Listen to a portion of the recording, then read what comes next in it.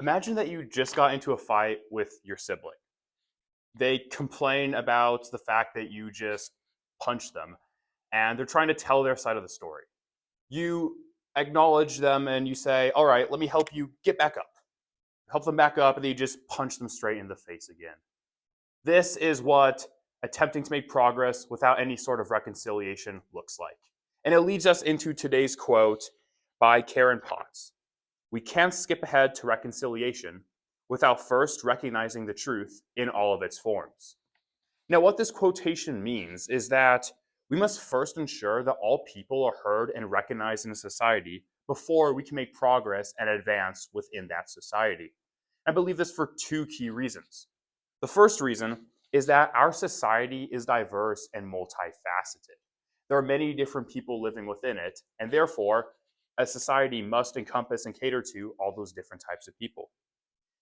The second reason is that having different viewpoints that are working together with one another can increase the rate of progress and help advance our society. Going to the first point, that our society is multifaceted, and therefore, by definition, we must be able to ensure that everyone within it can work together to advance towards progress. America is one of the most diverse nations in the world.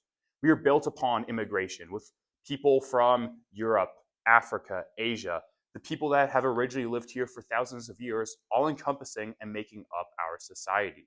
It is because of this unique situation that in America, it is more crucial than ever that we ensure that we reconcile and hear one another before moving forward as a nation. Additionally, we've seen in the past what happens when different voices are not heard, when people are oppressed and they're not taken in society. We have seen entire civil wars erupt because of this, further cementing the fact that we need to ensure that everyone is heard and on equal ground. My second point is that having different viewpoints in a society aids progress. We can see this in so many different ways, from things like the Harlem Renaissance contributing to great changes in the way American art and literature was processed, to different historical examples where multiple groups have worked together, for example, in the civil rights protests, in order to ensure that people were able to understand one another and that the American promise would be fulfilled for people of all sorts of backgrounds. We've seen great people from athletes to scientists that come from groups that have historically been marginalized and misrepresented. If we had never made the effort to reconcile with those groups in the past, those scientists and athletes would not be here helping to progress our nation and represent our nation on a national level. Therefore, acknowledging the fact that different viewpoints and different truths have value and making sure they all work together has clearly been shown to work together in the past to help progress our nation.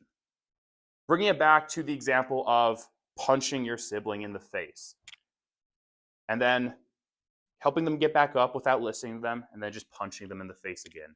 It sounds a lot like American history, where we make a promise that all people are created equal, that everyone has certain rights, but then time and time again, we deny those rights over and over and over and over again.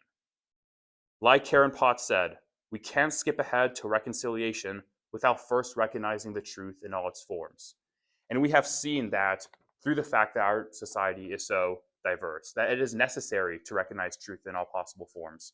And we have seen through the synthesis of different viewpoints that when we do finally recognize those truths in different forms, that it helps our society advance to a level that has never been seen before.